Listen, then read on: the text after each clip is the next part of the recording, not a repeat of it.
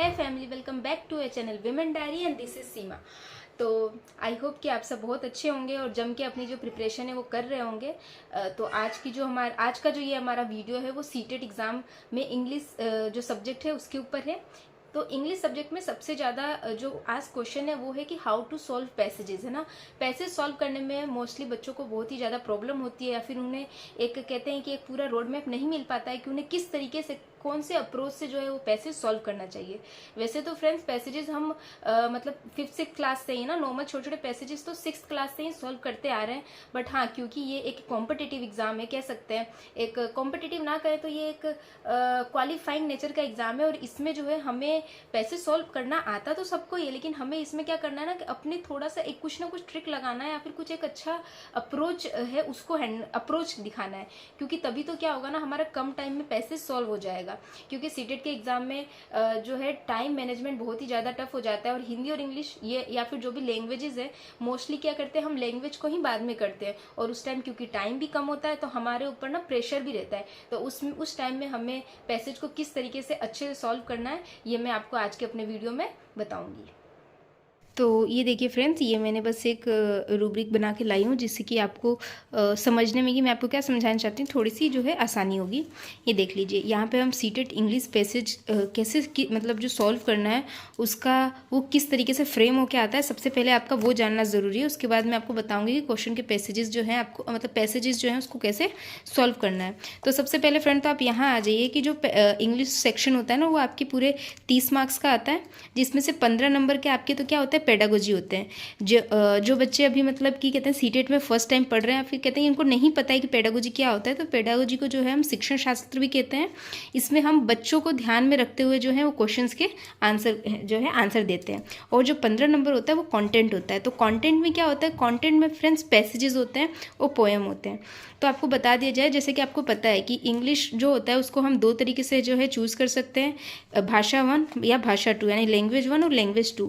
अगर आप इंग्लिश को लैंग्वेज 1 के मतलब language 1 as a language 1 choose करते हैं तो इसमें आपको क्या होता है, एक पैसेज आता है और एक पोएम मिलती है। और जो पैसेज होता है लैंग्वेज 1 में उसमें ना वेरी करता है, क्वेश्चंस क्या होता है 8 मतलब एक पैसेज पे 8 या फिर 9 है ना, 8 या 9 जो होते हैं वो क्वेश्चन मिलते हैं एक पैसेज से। तो ये जो क्वेश्चन के नंबर है वो वेरी कर सकते हैं। और पोएम में भी वही होता है, 7 से 8 जो क्वेश्चंस होते हैं वो पोएम में होते हैं।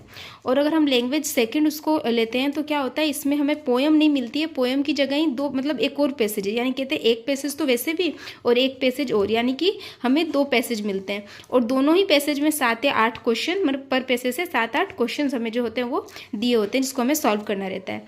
और पैसेज में क्या होता है ना फ्रेंड्स, पैसेज का भी मतलब कहते हैं किस तरीके से दिया जाता है, तो उसमें 2 से 3, ये 2 भी हो सकते हैं, पर हाँ 2 से मतलब 1 नहीं होता है, 1 से ज़्यादा ही होते हैं, या तो 2 या 3 है ना। 2 से 3 क्या होता है, ग्रामर बेस्ड क्वेश्चंस होते हैं। और बाकी जो क्वेश्चन होते हैं वो मतलब कि ऐसा होता है कि आप डायरेक्टली पैसेज से उसको सॉल्व कर सकते हैं। और क्योंकि फ्रेंड्स ये जो पैसेज मतलब जो भी पैसेज होता है ना, पैसेज हुआ पोएम हुआ, इन सब में ना आपकी रीडिंग स्किल्स बहुत ज़रूरी है। इसीलिए इंग्लिश के पैसेज को सॉल्व करने के लिए अभी आपको जिस पे सबसे ज़्यादा काम करना है वो है आपकी रीडिंग स्किल्स, ठीक है। तो ये तो देखिए मैंने आपको एक जो है कहते हैं कि रोड मैप बता दिया है कि किस तरीके का जो है सीटेट का इंग्लिश का पेपर आता है, इंग्लिश के पैसेजेस जो आते हैं। और अब सीधे चलिए मैं आपको ले चलती हूँ जो कहते हैं जो बुकलेट पे, जो मैंने जो 7 जुलाई को जो एग्ज़ाम दिया था उस बुकलेट पे मैं आपको ले चलती हूँ, और वहाँ से मैं बताती हूँ कि मेरा जो है पैसेज को सॉल्व करने का क्या मतलब किस तरीके से मैं सॉल्व करती हूँ। एंड आई होप कि आपको क्या उससे कुछ हेल्प मिलेगी। तो ये देखिए फ्रेंड्स, ये जो है ये पैसेज है, और ये देख सकते हैं कि आप ये पैसेज जो है वो पूरे 3 पैराग्राफ में है। तो अब इन पैसेजेस को ना हमें पहले लाइन टू लाइन पढ़ने नहीं लग जाना है, बिकॉज टाइम की बहुत कमी होती है एग्ज़ाम में। और अगर हम इन पैसेजेस को लाइन टू लाइन पढ़ेंगे, उसका मीनिंग समझेंगे, तो फिर ये बहुत ही ज़्यादा टाइम टेकिंग हो जाता है।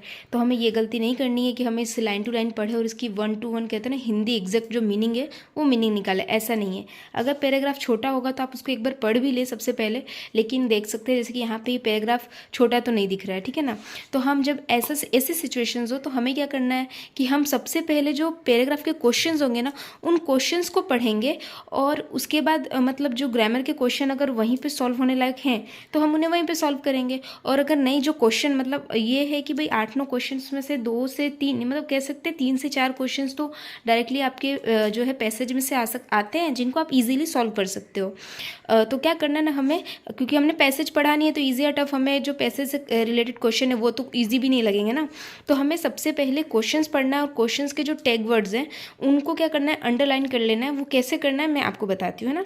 तो चलिए सबसे पहले जो ये क्वेश्चन नंबर 1 है वो पढ़ते हैं। Some of this facts are erroneous, the antonyms of the underline words. तो हमें क्या करना है, इसका एंटोनियम निकालना है। एंटोनियम मतलब आप जानते हैं क्या होता है, उसका विपरीत आर्थिक शब्द है ना, उसका उल्टा। तो देखिए अब इसके लिए ना हमें इसका मतलब जानना जो है वो बहुत ज़रूरी है। अब अगर आपको ये, आप इसको मतलब ऐसे बाय ट्रिक, अगर ज़रूरी नहीं है कि हमें हर एक वर्ड का जो है मतलब पता हो, पर इसको हम एक वर्ड से भी जान सकते हैं। आपको पता है ना, एरर, एरर मतलब गलत होता है, और एरर के क्वेश्चन में हम उसमें से क्या एरनियस जो पार्ट है वही निकालते हैं। तो एक तो मतलब ये हो गया, एरर मतलब गलत है ना। तो हमें ये जो 4 क्वेश्चन दे रखे हैं ऑप्शन, इनमें से वो ऑप्शन हमें क्या करना है, ढूंढना है जिसका जो मतलब है इसका उल्टा हो, है ना। तो पहला देखिए क्या दे रखा है, इनएक्यूरेट, दूसरा इनवैलिड, सरप्राइजिंग एंड फॉल्टलेस। तो सबसे पहले तो ये देखिए, इनएक्यूरेट का मतलब क्या होता है, जो सही नहीं है, जो गलत है। इनवैलिड ऑफकोर्स जो वैलिड नहीं है, इनवैलिड है। एंड सरप्राइजिंग का मतलब हाँ कहीं ना कहीं होता है शॉकिंग, आश्चर्यजनक, इन अ गुड वे। बट हमारा ये जो क्वेश्चन है ये क्या है, इसका मतलब है गलत, है ना। तो गलत है तो हमें इसका उल्टा ढूंढना है। ये देखिए आपको यहाँ से समझ में आ रहा होगा, फॉल्टलेस। फॉल्ट मतलब गलत, लेस मतलब बिना, जो कि गलती के बिना, यानी कि जो सही हो। तो इसका आंसर ये हो जाएगा। तो ये तो मैंने आपको बता दिया कि बाय क्वेश्चन रीडिंग हम कैसे कर सकते हैं। एक और मैं आपको बताती हूँ कि मान लीजिए कि हमें, मतलब मैं ये ट्रिक फॉलो करती हूँ, मान लीजिए कि जो हमें ये इनॉर्वियस का मतलब नहीं पता है कि भाई इसका मतलब क्या होता है, तो हम पहले ऑप्शन को क्या करेंगे, देखेंगे ऑप्शन कैसे एलिमिनेट करेंगे, ये मैं आपको यहाँ पे शेयर करती हूँ। देखिए अगर मुझे इसका मतलब नहीं पता है और मुझे करना होगा तो देखिए मैं कैसे करूँगी। ये तो समझ में देख के सीधा पता चल रहा है कि इनएक्यूरेट और इनवैलिड, इन दोनों का जो मीनिंग है ना कहीं ना कहीं सेम है आपस में। इनएक्यूरेट मतलब गलत और इनवैलिड मतलब भी जो सही नहीं है। तो ऑफकोर्स एक क्वेश्चन के 2 आंसर तो होंगे नहीं, तो ये दोनों जो हैं वो मुझे पता है कि नहीं होने वाला। ऑफकोर्स जब मुझे 4 में से एक आंसर ढूंढना है तो जो आंसर होगा ना वो ओड होगा, तीनों से अलग होगा। तो क्योंकि ये दोनों एक दूसरे से मैच कर रहे हैं तो ये दोनों तो मेरे आंसर नहीं होने वाले। अब एक रह गया सरप्राइजिंग और एक रह गया फॉल्टलेस। तो हाँ अब देखिए यहाँ ना आप फॉल्टलेस वाले आंसर को कैसे, मतलब मैं कैसे चूज़ करूँगी, इनएक्यूरेट एंड इनवैलिड, इन दोनों का ही उल्टा है ना। फॉल्टलेस हमें देख के समझ में आ रहा है जिसमें कोई गलती ना हो, और इन दोनों का क्या समझ में आ रहा है, जिसमें कोई गलती हो। तो इस हिसाब से मतलब अगर एक कहते हैं ना कि अपना कैसे, मतलब कह सकते हैं कि कैसे हमें अगर तुक्के में भी क्वेश्चन करना है तो क्वेश्चन कैसे सही हो। मैं ये नहीं कह रही कि आप तुक्का लगाइए, लेकिन तुक्का भी हम कब लगाएंगे, जब हमारा जो माइंड है वो इस तरीके से काम करे। तो इस तरीके से हम क्या कर सकते हैं, इसको आंसर टिक कर सकते हैं। ठीक है फ्रेंड्स, ये हो गया। अब जो सेकेंड आपका क्वेश्चन है देखिए, arrange the following events as a mention in a para 1 in the correct sequence order. ठीक है, सिक्वेंशियल ऑर्डर। पैरा 1 आपका यहाँ पे है। अब इसके लिए ठीक है, अब जैसे कि मैंने आपको ये नहीं कि आपको एक क्वेश्चन पढ़ना है ना वहाँ पे जाना है, बट हाँ इसमें इसलिए आपको कह रही हूँ क्योंकि इसमें क्या करना है ना आपको जो इसका क्या टैग वर्ड है वो क्या है, पैरा 1 है। क्या है, पैरा 1 है, यानी कि आपको इसके लिए पैरा 1 रीड करना है। ठीक है, पहले मैं आपको टैग वर्ड जो है वो अंडरलाइन करना बता देती हूँ, फिर उसके बाद हम क्वेश्चन सॉल्व करते हैं। बट हाँ जैसे कि इस तरीके के क्वेश्चन जो हमसे वहीं पर एट द टाइम सॉल्व हो सकता है तो उसे हम साथ के साथ सॉल्व करते जाएंगे। जो थर्ड क्वेश्चन देखिए, ordinary people suddenly become journalist means, है ना। तो इसका क्या होगा, सडनली बिकम जर्नलिस्ट, है ना, कि सडनली क्या हो गए जर्नलिस्ट, वो कैसे बन गए, ये इसका टैग वर्ड है। इन्हीं टैग वर्ड को हमें क्या करना है ना, इस क्वेश्चन ये जो क्या कहते हैं पैराग्राफ दे रखा है इसको स्किमिंग करना है। स्किमिंग मतलब क्या होता है, ऊपरी बस सरसरी निगाहों से देखना, मतलब बस थोड़ा बहुत ऊपर मतलब ऐसा पढ़ना कि इस पैराग्राफ का हमें ओवरऑल जो है मीनिंग समझ में आ जाए। ठीक है, तो ये हो गया हमारा सेकेंड टैग वर्ड। अब देखिए आगे फ्रेंड्स, तो ये देखिए आगे जो क्वेश्चन है, क्वेश्चन नंबर 94 क्या है आपका,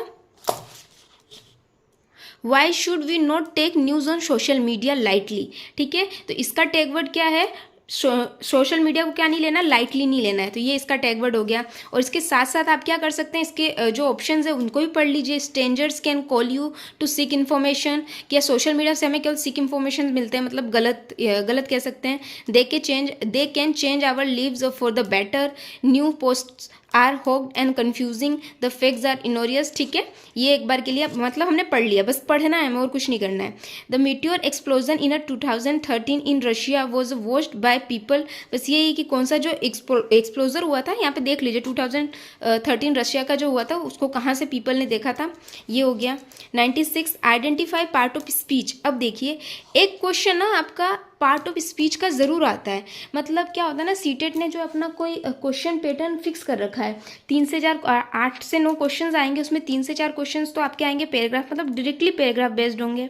एक आएगा आपका, जैसे आपने देखा सिनोनियम भी हो सकता है और अभी एंटोनियम वैसा आ जाएगा। एक आपका आ जाएगा पार्ट ऑफ स्पीच के ऊपर। ठीक है, तो ये एक तो पार्ट ऑफ स्पीच, तो यही बस दो या 3 क्वेश्चन आते हैं। और 2 या 3 क्वेश्चन के लिए मैं आपको बिल्कुल सजेस्ट नहीं करूँगी कि आप पूरी की पूरी जो है वो ग्रामर पढ़िए, बिकॉज ग्रामर बहुत लेंदी होता है।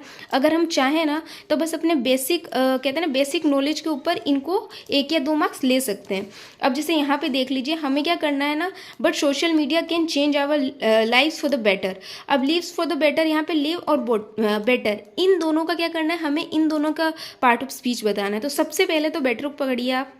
और आई होप कि आप सब, मतलब ये बहुत सारी यार, ये बहुत एक कॉमन वर्ड है ना। बेटर क्या होता है इसका, गुड, बेटर, बेस्ट। तो हमें पता है कि ये क्या है, ये तो एडजेक्टिव है। तो देख लीजिए सेकंड, यहाँ भी एडवर्ब, यहाँ भी एडवर्ब, यानी कि ये दोनों ऑप्शंस तो होने नहीं वाले हमारे। या तो ऑप्शन हमारे ये होगा फर्स्ट या तो होगा सेकंड, बस फिर उसके बाद आपको देखना है। अब आपको पता है ना वर्ब, ये वर्ब तो नहीं है। वर्ब मतलब वही क्रिया जिससे हमें किसी काम, कुछ काम हो रहा होगा। ऑफकोर्स ये क्रिया नहीं है, ये क्या है, नाउन है। तो इस ना मतलब कहते हैं कॉमन सेंस से हम ऐसे क्वेश्चन सॉल्व कर सकते हैं। तो इसका आंसर क्या हो जाएगा, नाउन एंड एडजेक्टिव। तो इसी तरह से मैं बता रही हूँ, जब आप इसको पढ़े ना तो जो ग्रामर के क्वेश्चन है वो चाहे तो आप साथ के साथ वहाँ पे सॉल्व कर सकते हैं। अब आ जाते हैं question number 97, news on social media. Social media, अब इसमें क्या है, बस ये तो पूरा क्वेश्चन ही टैग वर्ड है, हाँ भाई, जिससे हमें मतलब एक कुछ मिल रहा है। Travel fast, are deliberate hoaxes, are insignificant, are reliable. ठीक है, पढ़ लिया। Read of the following statement. अब इसके लिए भी क्या है, फॉलोइंग स्टेटमेंट क्या पढ़ना है कि कौन सा ट्रू है एंड कौन सा फॉल्स है। अ प्लेन क्रैश्ड ऑन द 15 जनवरी 2009। ठीक है, अभी हमें कुछ पता नहीं है, अभी हम बस ऐसा मान के चल रहे हैं, हमें कुछ पता नहीं है, बस मोटा मोटा पढ़ रहे हैं हम। 155 passenger escape but the pilot lost his life, Jim on a onlooker posted picture on the Facebook। ठीक है, ये हमने पढ़ लिया। और इसके बाद आ गया आपका ये एनालॉजी वाला जो क्वेश्चंस आते हैं। एनालॉजी में वही होता है फ्रेंड्स कि या तो आपको यहाँ पे इसके सिनोनियम देखने को मिलते हैं या फिर इसके एंटोनियम देखने को मिलते हैं। तो यहाँ पे आप देख लीजिए, ड्रामेटिक का क्या लिख रखा है, एक्साइटिंग, है ना। तो ये कहीं ना कहीं क्या है, इसका सिनोनियम है। मतलब जो आपके ड्रामेटिक होता है वो कहीं एक तरह से एक्साइटिंग भी हो सकता है, क्योंकि ड्रामेटिक देखिए दोनों पॉजिटिव में भी होता है, नेगेटिव में भी होता है। तो इसको हम यहाँ पे एक बार के लिए पॉजिटिव लेके चल सकते हैं। अब देखिए होक्स, अब यहाँ पे आपको देखना है होक्स क्या है, होक्स का मतलब क्या होता है ना। अब ये भी देखिए, इसको भी आप कॉमन सेंस से कर सकते हैं। होक्स का मतलब इसको मतलब कह सकते हैं, यहाँ पे आप देखिए, इसलिए कहते हैं ना कि अगर आप ये क्वेश्चन पढ़ेंगे ना तो आपको कहीं ना कहीं ये सारे मतलब कि कहते हैं पैराग्राफ के क्वेश्चंस में होते हैं, आपको इन सब का मोटा मोटा मतलब कहीं ना कहीं क्वेश्चंस में छुपा रहता है। जैसे आप देख सकते हैं यहाँ पे क्या लिखा हुआ है, news posted are hoax and confusing. ये क्या है, होग्स होते हैं और कन्फ्यूजिंग, मतलब हम यहाँ पे इसका मतलब निकाल सकते हैं। कन्फ्यूजिंग यानी कि जो क्लियर नहीं है, तो होग्स का मतलब वही होता है कि कन्फ्यूज करने वाली चीज़ें। ऑफकोर्स एग्जाम्पल नहीं होगा, एक्सक्यूज नहीं होगा, मीडिया पोस्टेड, सारे तो कन्फ्यूज नहीं करते हैं ना। इसका मतलब क्या होगा, डिसिप्शन। इसका मतलब यही होता है कि जो चीज़ होता है ना वो मतलब हम जिससे हम कंफ्यूज हों। ठीक है फ्रेंड्स, तो ये हो जाएगा। अब देख लीजिए, हमने मोटा मोटी जो है इसका एक ओवरऑल आइडिया ले लिया। अब हम क्वेश्चन सॉल्व करेंगे। कैसे क्वेश्चन सॉल्व होगा ये तो देख लीजिए, आपको बता रखा है पैरा 1 में। तो इसके लिए आपको पूरा पैरा 1 जो है वो पढ़ने की जरूरत नहीं है, आप ऊपर ऊपर पढ़ सकते हैं। आपने जैसे पढ़ा, पहला क्या था, जिम वॉज द क्रैश वगैरह, ठीक है, आपने पढ़ लिया। अब आप जाएंगे यहाँ पे, देख लीजिए ऑन 15 जनवरी 2009, ये आपने पढ़ा यहाँ पे पूरा। तो पहले तो प्लेन क्रैश के बारे में आपको बता रखा है ना कि भाई देख ली, अब प्लेन क्रैश लैंडेड, बस इतना सा पढ़ना है हमें। और हमने देखा कि हाँ ये था यहाँ पे, अब plane crash into the Hudson river, यहाँ पे दे रखा है फर्स्ट वाला आपका। देख लीजिए ये जो है ये लाइन दे रखी है, तो हमें पता चल गया कि जो हमारा सी वाला है वो तो फर्स्ट होगा। तो इस यहाँ पे बी है और ये डी है, तो ये दो ऑप्शंस तो हमारे ऐसे भी एलिमिनेट हो गए। अब हमारे यही दो बच्चे हैं, एक थर्ड और एक फोर्थ। चलिए ये आ गया। अब यहाँ से हमें पूरा बिल्कुल नहीं पढ़ना है। देख लीजिए जब मुझे पता है कि मेरे इन दोनों में से कोई एक आंसर होने वाला है, तो मैं जो एक ए है और एक बी है मैं इन दोनों को चेक करूँगी। ए को हम चेक करेंगे, gym watch the crash and tweeted. तो सेकंड क्या है कि जिम ने क्या सेकंड हाँ ए है, gym watch the crash and tweeted. तो देखिए आप इसके बाद पायलट, ऑफकोर्स ये पायलट वाला ये नहीं दे रखी है लाइन, अगर ये लाइन दिया होता तो ये सेकंड हो जाता। इसके बाद ये देखिए, यह दिखा आपको, ये Jim was nearby and watched the event he immediately tweeted आ गया। ठीक है, तो ये हमें पता चल गया कि ये वाला जो है सेकंड है। बस हमें मिल गया सी एंड देन उसके बाद ए। हमारा ये जो है करेक्ट मतलब कह सकते हैं जो सीक्वेंस है ये करेक्ट जा रहा है, तो इसका आंसर ये हो गया। हमें लास्ट के तो दो मैच भी नहीं करने पड़े। हो सकता है कि ये वाला ऑप्शन पहले दिया होता, मैं इसको चेक कर लेती तो ठीक है वो रॉन्ग हो जाता। मतलब ये है कि पूरा हमें चारों के चारों चेक नहीं करना है, हम अपनी थोड़ी सी मतलब कहते हैं कि स्मार्टली वर्क करें तो हम कम टाइम में ही इसको सॉल्व कर सकते थे। अब देखिए एक क्वेश्चन आ गया, ordinary people suddenly become journalist. हमें इसमें क्या करना है, जब हम इसकी स्किमिंग करेंगे ना, मैंने कहा था स्किमिंग मतलब क्या होता है कि हमें एक ओवरऑल आइडिया जान लेना है। मतलब बस हमने इतना सा पढ़ा और आपने क्वेश्चन पढ़ा, तो आई होप आपको भी समझ में आ गया होगा कि ये एक किसी प्लेन क्रैश के बारे में बात हो रहा है, जिसकी न्यूज़ जो है वो सोशल मीडिया पर बहुत तेज़ी से वायरल हो रही है, ट्वीट किया जा रहा है उस चीज़ों को। तो बस ये इसका था। अब इसमें क्या पूछा है, सडनली बिकम जर्नलिस्ट। सारे जो ऑर्डिनरी लोग हैं वो एकदम से जर्नलिस्ट कैसे बन गए। तो ये देखिए आप जो पहला ये है ना पहला पैराग्राफ पढ़ेंगे तभी, क्योंकि हमने ऑलरेडी सारे क्वेश्चंस पढ़ रखे हैं तो कहीं ना कहीं बैकलॉग में क्वेश्चंस चल रहे हैं, तो हमको दिख गया ऑर्डिनरी पीपल। ठीक है, ये दिख गया, हमें पढ़ना है क्यों, ये देख लीजिए। Other people on the street look photos and videos with their phones and posted them online. Ordinary people suddenly become journalist. उन्होंने क्या किया, एकदम से अपने फ़ोन से मतलब जो भी है फोटो वीडियोस बनाने स्टार्ट कर दिया। हमें हिंदी मतलब मैं आपको समझा रही हूँ बट हमें नहीं हिंदी मीनिंग बिल्कुल नहीं निकालना है, बस हम डायरेक्टली चले जाएंगे ऑप्शन में। हमें मिला ये ऑप्शन, हाँ देख लीजिए फोर्थ वाला ऑप्शन यही है, they started posting news with picture and videos on the social media. है हो गया ना फ्रेंड्स, यहाँ इसकी वजह से ये वाला जो है वो हमारा आंसर है। चलिए ये वाला भी एक जो है सॉल्व हो गया। एंड अब हम आते हैं हमारे क्वेश्चन नंबर 94 पर। वाई शुड वी नोट, हमने क्या लिया था, news on social media lightly. Social media को लाइटली क्यों नहीं लेना चाहिए, तो ये देखिए यहाँ पे जो है ये सारे देखिए, क्योंकि मैंने सॉल्व किया है ना तो इसलिए ऑलरेडी मैंने अंडरलाइन कर रखा है ताकि ज़्यादा जो है आपका ये जो वीडियो है ज़्यादा टाइम कंज्यूमिंग ना हो। ये देख लीजिए, but social media can change our life for the better. ये वाला भी है और ये भी है, can also change lives. Social media can also change, हमारे जो सोशल मीडिया है हमारे लाइफ्स को चेंज कर सकती है, एक बेटर कहते हैं व्यू दे सकती है, और जो कि हमारे ऑप्शन में है। और एक तरफ से देखा जाए तो ये जो तीन अगर हम वो ना भी पढ़ें तो ये देख लीजिए हमें मीडिया को लाइटली क्यों नहीं लेना चाहिए। एक तरफ से ये जो तीनों कुछ नेगेटिव सेंस में जा रहा है, सारे तो उनके कंफ्यूजिंग नहीं रहते हैं ना, सारे उनके न्यूज़ गलत रहते हैं, और ना ही सारे क्या होते हैं ना मतलब वही मीने सीख इन्फॉर्मेशन, गलत इन्फॉर्मेशन सारे नहीं होते हैं। तो इसीलिए हमारा आंसर सेकंड हो जाएगा। 95 पे आ जाते हैं। अ meteor explosion in 2013 in Russia was watched by people। ये देखिए अब 2013 में जो रशिया में एक्सप्लोजर हुआ था उनको लोगों ने किससे ज़्यादा देखा था, यूट्यूब से। ऑल सोशल मीडिया हैंडल्स मतलब सब आ जाता है उसके अंदर, है ना, फेसबुक एंड यूट्यूब या फिर ट्विटर। चलिए अब देखिए यहाँ पे आप पढ़ेंगे पैराग्राफ सेकंड में ही हमने पढ़ा, तो देखिए videos and photos of events on Facebook and YouTube, यानी कि फेसबुक और यूट्यूब से क्या हो रहा है, उन्हें एक्सप्लोजर मिल रहा है। तो हमारा जो आंसर है वो हमारा आंसर थर्ड हो जाएगा, फेसबुक एंड यूट्यूब। और अब जो नेक्स्ट क्वेश्चन है 97, news on social media. News क्या करती है सोशल मीडिया पर, travel fast, are deliberate hoaxes, insignificant, reliable. तो ये देखिए इसको भी आपने यही फ़ायदा होता है कि जब आप उसके टैग वर्ड्स को अंडरलाइन कर देते तो आपको और कुछ नहीं, बस टैग वर्ड ढूंढना है कि इस पूरे जो है पैराग्राफ में हमारा न्यूज़ ट्रेवल जो है वो कहाँ आ रहा है। तो ये देखिए थर्ड पैराग्राफ के स्टार्टिंग में ही आ रहा है न्यूज़ ट्रेवल्स, है ना, news travels fast on social media, बस। और ये जो ऑप्शन है हमारे इस बुकलेट में बहुत ही ईजी दे रखा है, मतलब बहुत ही क्लियर दे रखा है आपको, ट्रेवल फास्ट। सो बस ये इसका आंसर हो गया।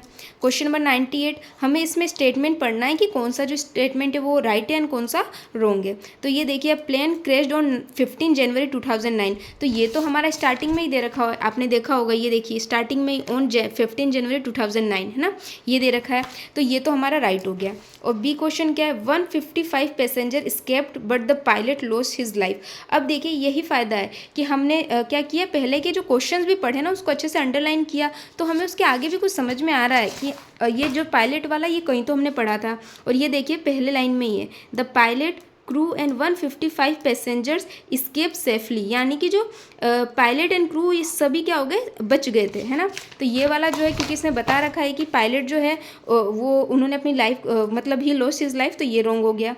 Gym and on looker posted picture on Facebook. अब ये वाला तो शायद 2 से 3 बार आ चुका है कि उन्होंने पिक्चर को फेसबुक पे नहीं ट्वीट किया था, है ना।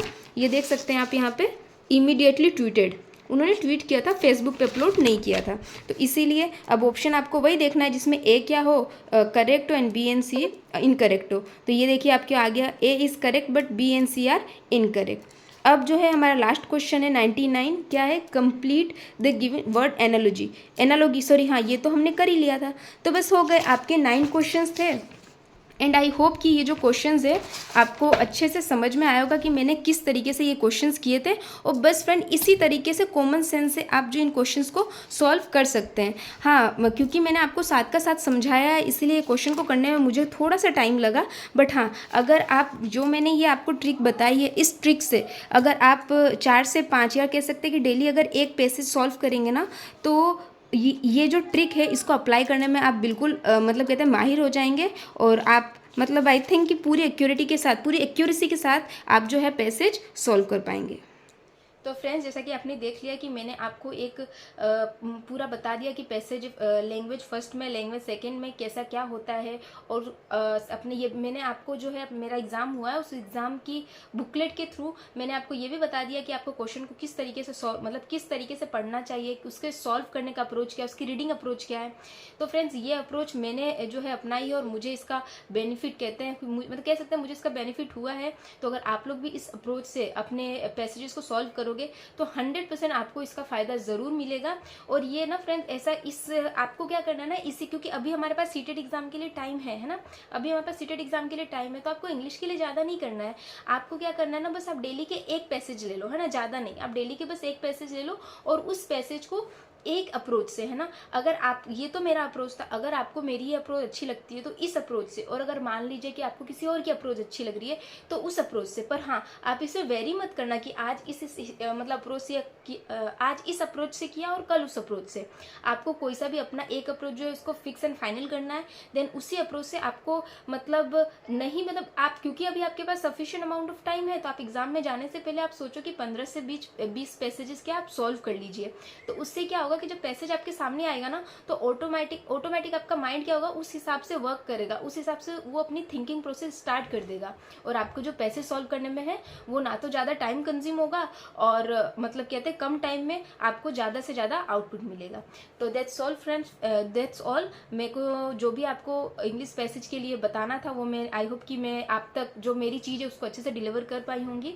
और अगर इसके अलावा हिंदी में जो पद्यांश और गद्यांश आते हैं उससे रिलेटेड भी अगर आपको कंफ्यूजन है तो आप मुझे कमेंट करिएगा, उस पर भी अगर मुझे ज़रूरत लगी तो मैं उसके ऊपर भी एक वीडियो बना दूंगी। तो दैट्स ऑल फ्रेंड। तो अगर आपको मेरी ये वीडियो अच्छी लगे, इन्फॉर्मेटिव लगी, यूजफुल लगी हो तो आप जरूर एक लाइक करना, बिकॉज आपका एक लाइक ही मेरी पूरी जो भी ये मेहनत है ना उसको पे ऑफ कर देता है। तो थैंक्स फॉर वॉचिंग। और अगर अभी तक आपने मेरे चैनल को सब्सक्राइब नहीं किया है तो डू सब्सक्राइब वीमेन डायरी।